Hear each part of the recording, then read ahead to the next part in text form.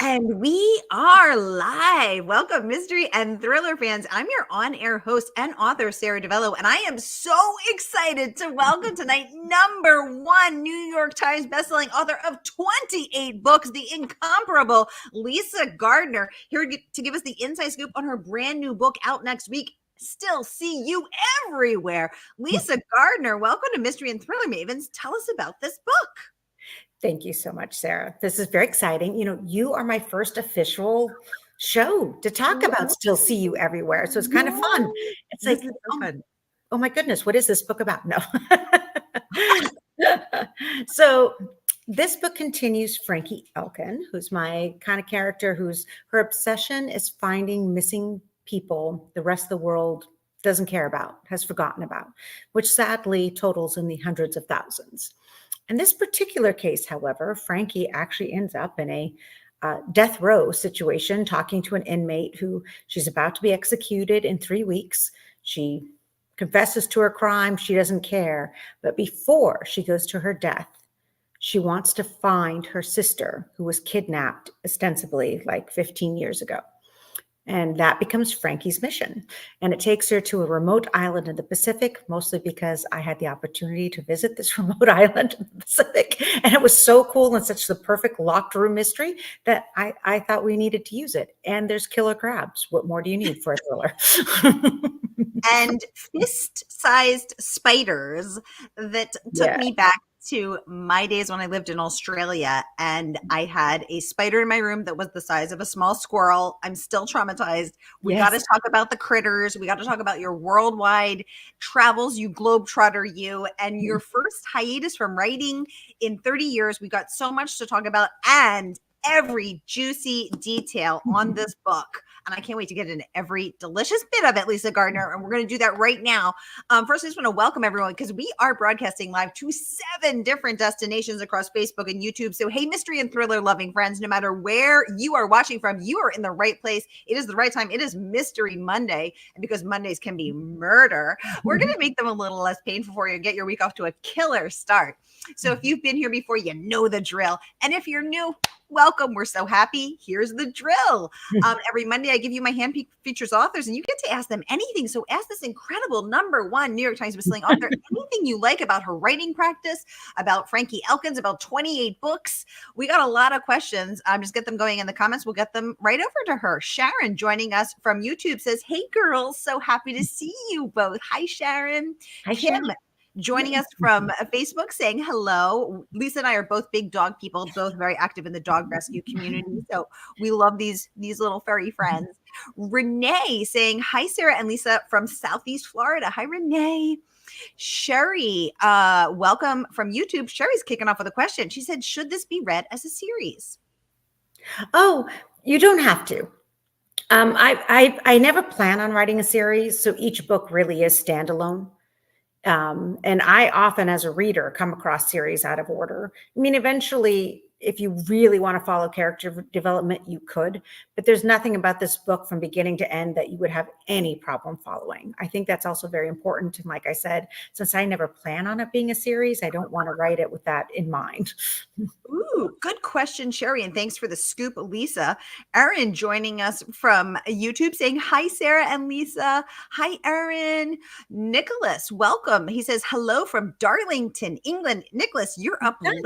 Yes, you're up late. And the night owl in me honors the night owl in you. So thank you. Renee saying, uh-oh, on the spiders. Renee, oh my God, right? Sherry saying, I will not be visiting this island. No spiders. Okay, so I'm terrified of spiders. And it was not until I got on the plane to Australia and I was reading the guidebook that I realized that there are more poisonous spiders in the world in Australia than anywhere else. Lisa Gardner, you are a globe-trotting citizen and a consummate hiker. Tell us about the spiders. So I actually can handle spiders, but I was just in Australia and my bone to pick with it was the poisonous snakes. And I swear I found them every other day. I was the one, don't step there. And it's like, why? I mean, it's like, so yes, I did a good job of finding the poisonous snakes, but yes, spiders. I grew up in Oregon and we were outside all the time. And some of the garden spiders are impressively huge and terrifying, but they really are just garden spiders. They really want nothing to do with you. But the whole book, Still See You Everywhere, was based on some time I spent on the Palmyra Atoll in the middle of the Pacific. And yeah, they had wolf spiders, or if you're Hawaiian, they call them the sugarcane spiders. And they're huge. So I got to share my incredibly rustic cabin with a wolf spider. And every time I turned on the light at night, the first thing I checked for was, where is my spider? Wanted to make sure his side of the room, my side of the room. And yeah, some geckos disappeared from my cabin while I was there. And the naturalist, oh yeah, the spiders eat the geckos. And it's like, okay, I'm used to spiders and flies. When they're big enough to eat lizards, I'm a little more freaked out. Just saying. Yeah. Wow. So, because as I was reading Frankie sharing her rustic cabin with a spider and geckos the size of her fist, I was thinking to myself, I'm not going to go there, because when I was in Australia, I walked into my room and there was a spider that was enormous. I mean, it was the size of a small squirrel on the wall above my pillow. And I screamed and ran out of the room. And then my roommates and I tried to figure out how to get it out of the room, because one roommate said, we can't try to squash it because it will just carry us on its back. Like, it will give us a ride across the room. And actually, when we tried to chase it with a broom, it ran at us. It was an attack spider. So they're not shy. So good to know that Frankie Elkin, when you guys get this book, which by the way is available from our favorite woman-owned independent bookstore, that is of course Murder by the Book now, and the good folks at Murder by the Book will ship it to you next Tuesday, the day that the book drops. You will know that the spider scenes, they're real. They're real. The fun part of writing this book, and this is one of the things I like about Frankie Elkin as a character, this is a woman going all the places most of us would never go. I mean, if you're looking for the missing persons on the fringe of society, by definition, you're inhabiting kind of the other part of the universe. And, it's adaptability. Frankie continues to tell herself, it's adaptability. She can go anywhere. She can do anything. She has the strength. She can handle it. But at the same time, does she? Do any of us? I mean, we think, go to a, beautiful tropical island. It'll be fine. And then you encounter a wolf spider and you're like, is it fine? Is this really what I want to adapt to? And yeah, that's a day in the life for Frankie. Well, it's interesting because Frankie has a moment where she's saying that she's been spending her time recently in the marginalized communities where there are not these giant wolf spiders. So this is new turf for her too. Now Sharon's saying a spider is a spider is a spider. Fair enough, Sharon. We agree. Although these apparently are large enough to eat geckos, that's a larger size. Sounds like a beautiful island, says Renee. Yes, absolutely. Now, Lisa, some people would not be able to join us until later. They'll be watching the replay, but they did have some questions. So let's kick off with some of those. So our first question is from Rachel. She wants to know, who was your inspiration growing up from a writer's standpoint? She wants to know if you were inspired by role models such as Agatha Christie, and she feels that they excel at the gift of description. Tell us about your writer idols. Definitely big fan of Agatha Christie, but I will say growing up, and this won't be a huge surprise, I love Stephen King.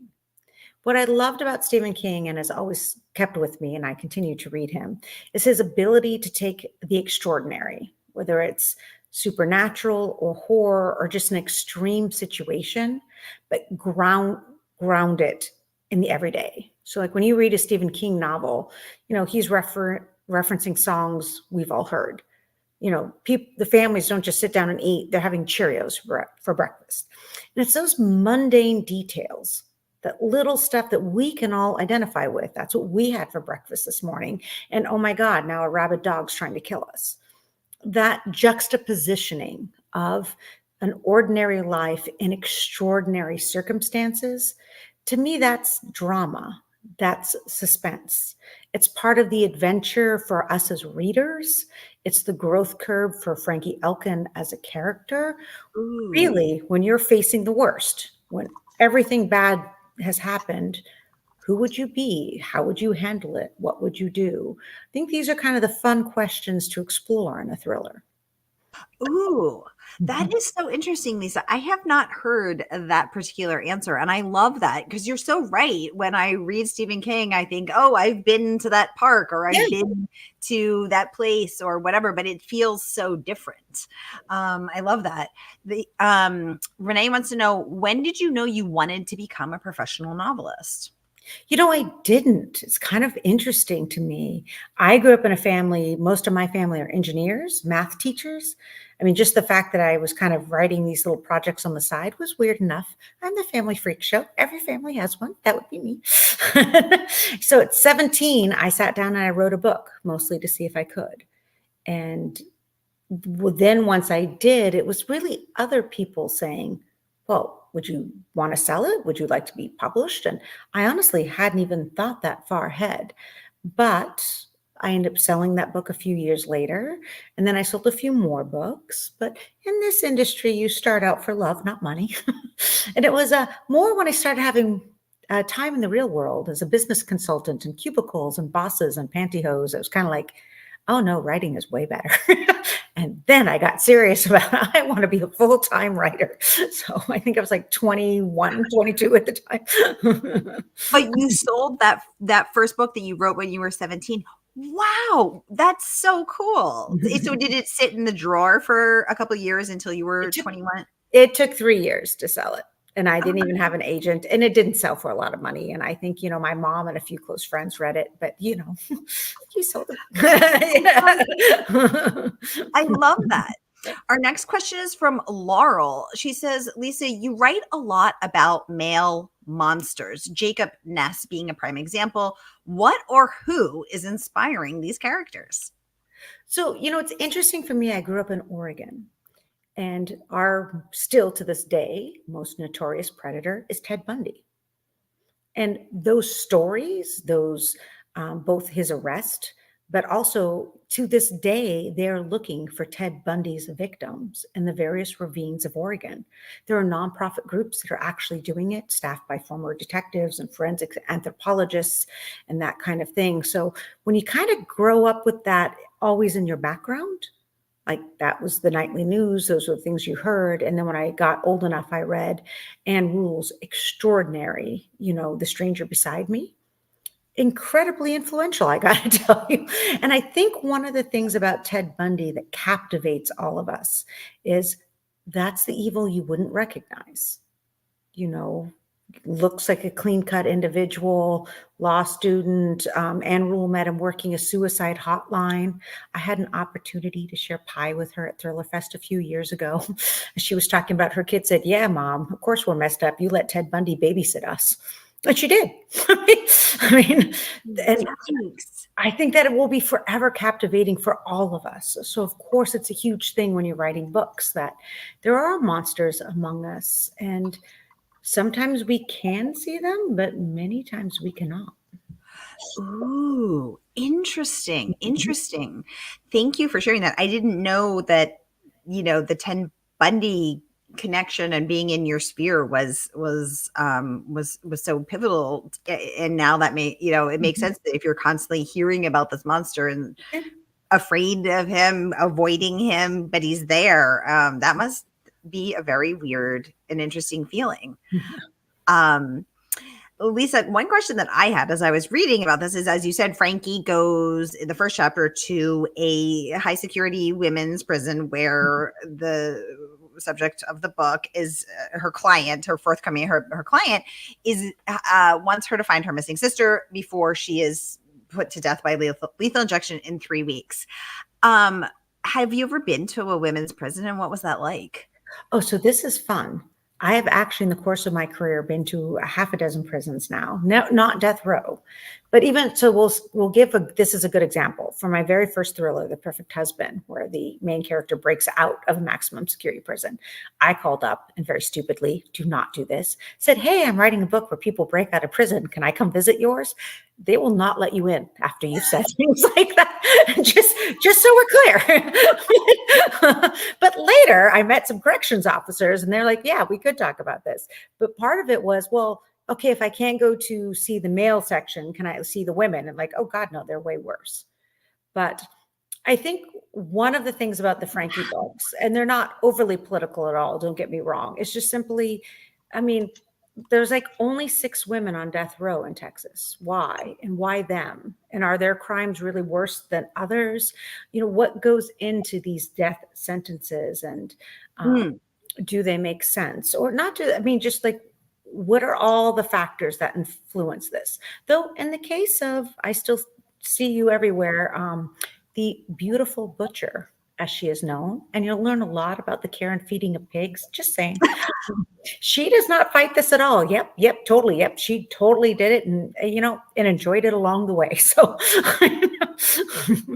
I was curious about that part as well, her lack of recrimination. Well, first of all, but I want to pause and say, so when the security guard you were speaking to said, "Oh, the women are way worse," what did that person mean by that, and were you surprised? The violence, and it's one of these fascinating things. So I still, to this day, the reason I came to suspense as a writer, and I'm sure most of us come to as a reader, why, how, what is the nature of evil? And it's really fascinating, like male versus female. Like, we know there's a fair amount of male serial killers. There's very few females. Most of them are arsenic and old lace. It's about, money. It's an external factor. And part of that in the old days, and that's what's interesting to me, this is changing now. Men externalized their rage. They projected it. So if they had problems, well, now they hate all women. Women have a tendency to internalize it. So we had trauma, we had all this stuff going on, but it makes us suicidal, eating disorders, alcoholics, things like that. We internalize it. But interesting enough, as gender roles change and expand, they are seeing a huge shift to homicidal women. I'm not sure if this is score one for equality or not, but I find it fascinating. So the security guard was saying that in these prisons, the inter-inmate violence is worse among the women than the men. In fact, it's a pretty known. Wow. Yeah, and it's a pretty known thing now. Do not cross female gang members. And interesting enough, more up close and personal, like blades, things like that. So, yeah, I mean, I guess when there's a lot of pent up rage, generational rage, there's a lot going on. Interesting. Oh my goodness. Yeah, because in the course of my research, I learned that very few, exactly as you said, very few women commit murder. Very few women commit homicide. That homicide and murder mostly committed entirely by men. And the motivation for male murder is our primal emotions: rage, jealousy, greed, etc. But the women who do murder, which again are a very tiny minority, are almost always in defense of self or defense of children, which I found very fascinating. Yeah, I really loved writing the introduction to Still See You Everywhere because it is from the perspective of the beautiful butcher. And it gives you a clear sense of what's going on in her head, and that she is both a terribly, terribly evil person, and yet at the same time, she loves her youngest sister to this day. And all she wants for peace is to know that her baby sister is all right. And I do think that's something we forget. Well, we sometimes want things to be black and white. Evil is evil and good is good. And you could be thoroughly evil and still love someone and still recognize that they love you. Tina joining us from Facebook saying, I'd imagine the death of hopelessness and feeling that one has nothing to lose mentality once you're in prison. Good point. Good point, Tina. You're in prison, you got nothing to lose. And we definitely see that in the perspective of the beautiful butcher, Kaylee, who Frankie goes to meet. We have a mystery user, very on brand, very for mystery and thrillers here. We are broadcasting to several private Facebook groups. So if you're in one of those, everyone else can see you in there, but the rest of us, you remain mysterious too. Randy joining us from YouTube saying, hi all, sorry we're late. I used to help in the county jail when I was a police officer. The women were far worse than the men. Ooh, Randy, I am fascinated. Tell us more. You're totally Robin saying, yes, the women who learned Braille were lifers, and they seemed every bit as normal as the rest of us, other than their clothing. Fascinating. Renee saying we just answered her question. Great. Renee wants to know, is that changing about the, I think she's talking still about the women, we see, you're saying it is more externalized. Renee saying that is what was answered by her question. Yes. Okay. Thank you. Robin saying she has a Braille textbook group at the women's prison in Gatesville, Texas. Robin, thank you for your service. Sharon saying you've been to a few body farms in your time too. Yep, I said it, Lisa. Couldn't resist. Lisa, what's happening here? Have you been to a body farm, and what is that? I have, and Sharon knows I love Sharon. So, well, I think one of the coolest things about writing suspense, and I'm sure for most of us, it's also reading it as well, is the things you learn. And so for me, the favorite part of the process is the research. It is going to places like this remote island in the Pacific where, getting help is, 1 week away, so to speak. But part of it is for certain books. It's been trying to learn about how you identify skeletal remains. How does time of death work? Does cremation cover up a crime? That kind of stuff. In fact, I use the body farm from Still See You Everywhere. There's a pivotal scene, I don't want to give it too much away, where they discover a body. So I had to follow up with them saying, okay, how would they know about age? Because in a remote island in the Pacific, you can have historic remains. Sailors pass through there. Indigenous people have been using the islands forever. So how would you know immediately whether it was real, like more current or indigenous? And I just love the answers to that. And it's also things like, what would it look like? Because I'm thinking of like skeletal white bones. And they're like, oh God, no. It'd be like kind of a gray brown because of this chemical and that chemical. And I'm like, well, if this is the grave site, they're like, no, that'd be overgrown and be this and be that.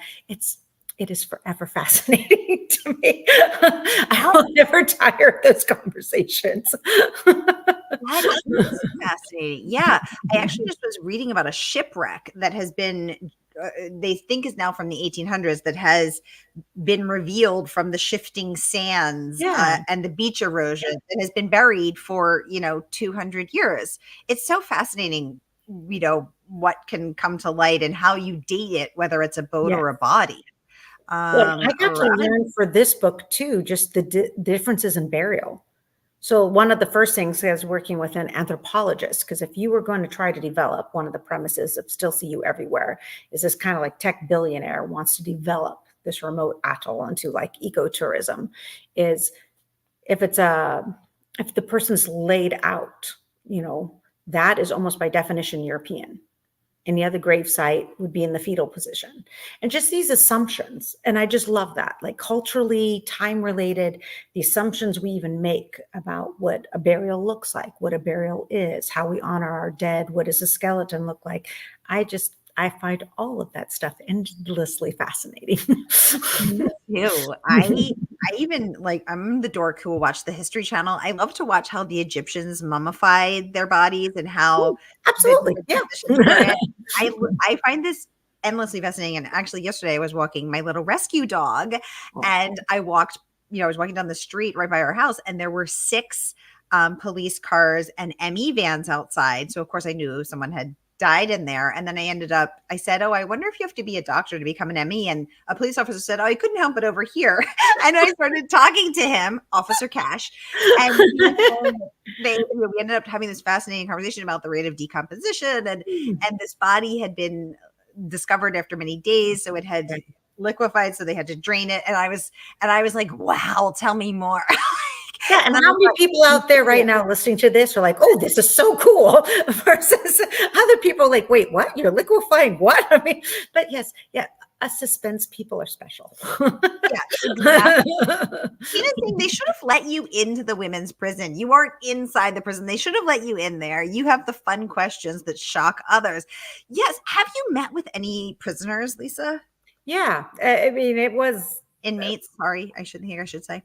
Well, yeah. And when you go to visit some of these setups, I mean, actually, it's one of the things that's fascinating to me. It's not that there's just no privacy for the inmates. There's no privacy for the correction officers, because of course, the whole point is to always have line of sight. So if you're doing a tour of a prison for male or female, it doesn't matter. I mean, you're in big open spaces where the people behind bars can see you all the time and you can see them all the time. And trust me, it wasn't terribly different from Silence of the Lambs. I'm a female walking through and then standing and talking to corrections officers in a open area where I'm fully visible. And yeah, there were a lot of comments and a lot of suggestions and some marriage proposals, some like definitely did not include marriage, but they were proposals. So, I mean, it's an environment and it is interesting psychologically speaking. And that's what I like about the research. You get to details, you get to feelings, you get to smells, you get to sounds. It's not the stuff you can sit and Google and know what that is. But when you're standing in the middle of that space, prison became not just real to me, but I was like, the correction officers, this is a tough job because they somewhat are also imprisoned. Ooh, that's fascinating. That is fascinating. Because I noticed when, even just when you're talking about when Frankie's sitting there with Kaylee, the noise. Yeah. Would be very hard for me, who's very sensitive to noise. I'm a delicate flower, Lisa. Hard surfaces. Like I've done 4 of these now. My back hurts by the end of the tour, and I'm only there for a couple hours or something. Everything is a hard surface. Ooh, that would be very hard. That would be very hard. Tina saying, yes, she works with a female group involved in the juvenile system, and it focuses on the psychological difference between boys and girls in the approach. Fascinating work. Yes. Excellent work. Thank you. The book is out next Tuesday, y'all. So we need to pre-order from our favorite woman-owned independent bookstore. That is Murder by the Book. So you can get your mitts on Frankie Elkin, book 3, and her journey inside this women's prison and the inmate on death row. Catherine Holland, welcome to the conversation today. She is excited for this novel. Me too. We got to meet the beautiful butcher. And then there's, the spiders. And then there's the crabs. We didn't even get into the homicidal crabs. Actually, they're cannibalistic. It's even better. They eat their own. I mean, yeah, I learned a lot researching this book. You learn a lot, and you put it all in there, which is, I love knowing that all that stuff is true. Sharon saying, for joining us from Minnesota, saying, you are brave, Lisa Gardner. Amen. Tina saying, the intensity of feeling watched all the time and having that be your reality is life altering for all. Well said, Tina. Thank you. Yes, absolutely. Sharon says she's joining us while she's eating while she's watching us. Okay, then maybe we'll try to tone it back on the draining of the body. Hey, that was you. I didn't go there. Just so I was thinking it, but still. Sharon saying this is fascinating. Take her for your research next time. It is fun stuff. It is fun stuff. The guys would try to hit or shank you if they had a chance. The women, I felt, would come directly at you, kick and scratch and bite, whatever they could do to hurt you. Most were in for drugs. Interesting. Robin saying her visit was many years ago, but made a huge impact in her perception of why women kill versus men. Totally. Tina saying that's so intriguing and not often talked about, but regarding the body farms, absolutely. We're covering so many different topics here. John joining us from Northeast Ohio. Melissa joining us from Australia, saying hello, Lisa and Sarah from love Australia. Love Australia. My best November. Thank you. Yay. We have Christine joining us from Texas. Hi, Christine. Welcome to the conversation. So happy to have you here. Y'all, we are almost out of time, but I do want to get to a few more conversations. Catherine saying she loves the cover. Margaret joining us from your native Oregon. There, nice. And Catherine wants to know. She says, "I love the cover. Do you have input into the covers and the title?" Yes, it's a team effort. Let me put it to you that way. I'm not the best at titles or covers. Like I'm a story person. I'm good at 100,000 words. Title is a little shorter than that, if you haven't noticed. So, but it's interesting to me how many people perceive this process as being almost adversarial. Where I mean, your publisher is your team. We're all sitting around. We all want the right title. We all want the right cover. The graphic arts department, you're holding up, Sarah, and I will too. What you can't tell is it's actually embossed, like it's textured. It's absolutely gorgeous cover packaging. I mean, everyone wants something that they would love. So yes, we work on it all together. And if I really hated something, it wouldn't happen. Oh, the other thing I like about the cover, because it still see you everywhere. So if you pay attention, see, okay, there's a woman, but see, that's not her reflection. That actually took us a few iterations to come up with. That's the baby sister. That's the younger sister that she still sees everywhere. So those kind of cool things we all worked on together, but it's the graphic arts department that gets all the credit. I mostly sat through stuff and said, I don't get that. Wait, ooh, I like that color. Ooh, purple. See, value added, I'm sure. Right.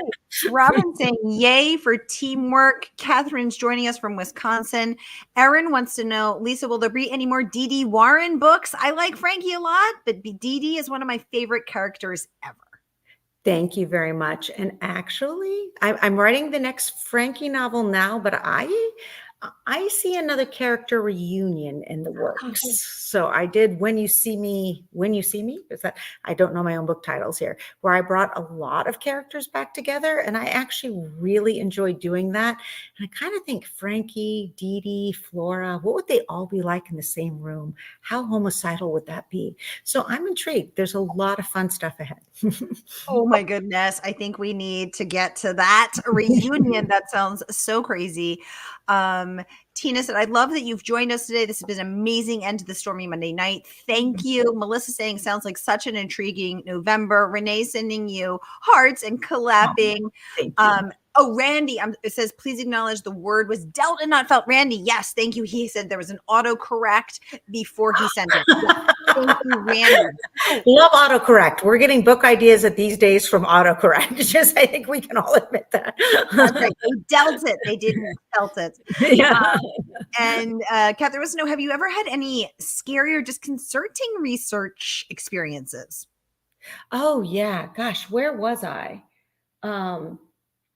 It went way too late, and I was just needed to get back to my car, but I was not in a great area of town. It wasn't one of the prisons, but where, I was in Mattapan visiting what was kind of the remains of what used to be a mental institution, so it was right out of Stephen King. I mean, it was the Gothic, about to be destroyed bones of a mental institute in Mattapan that was rumored to be haunted. We had been trying to get there earlier in the day to walk through and look at it, to set a book there. And the day got late, and next thing we know, it's dark, and we're now in the middle of this very, very creepy area.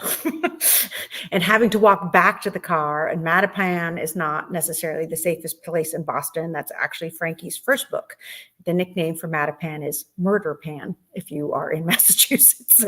And really, both myself and my friend, we're walking faster and faster. We're doing the thing where you're holding the key where it's between your fingers, so it's also a weapon, and being super, super hyper vigilant for any noise and sound around us. And it was uncomfortable. We pushed that a little way too late. When we finally exited all that, we're like, that was not the best planning on our part.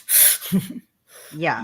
That's when you start walking extra fast, but you don't want to run because you don't want to look scared. Yeah, but it was very atmospheric, I have to say. Like, yeah, this is a creepy, creepy place. Yeah. Yes. Tina says, yay, pre-order is a must. Thank you for queuing that up for me, Tina, because here is that pre-order link one more time. Renee saying, thank you so much for being here with us, Lisa. Yes, thank you for making us the very first stop on your tour. We have been so thrilled to host you. Sharon wants to know, what is the largest species of crab you talked about in the novel? And she loved crabby. Oh, coconut crab. The coconut crabs, they're terrifying. Like, they rule the night. And there were times even early in the morning, because I'm a morning person, I'd get up and I wanted to try to walk around this island and stuff. And if there was a coconut crab in your way, you did not go there. You just got to change. I mean, they're monstrous, and they are the cannibals. They are the top of the food chain there. So they eat all the other crabs, and they have, we talk about it in the book, some hydraulic claws. So once they've latched onto you, you cannot open them back up. We were given lectures on the subject when we were there. You will avoid the coconut crabs. You will get as far away from them as you can, because it will end badly for you and the crab. And when you meet them, they're so damn terrifying. You're like, yeah, no, I'm actually not going to, I will go back to death row before I deal with the coconut crabs. That's actually my assessment of the situation. Oh my God.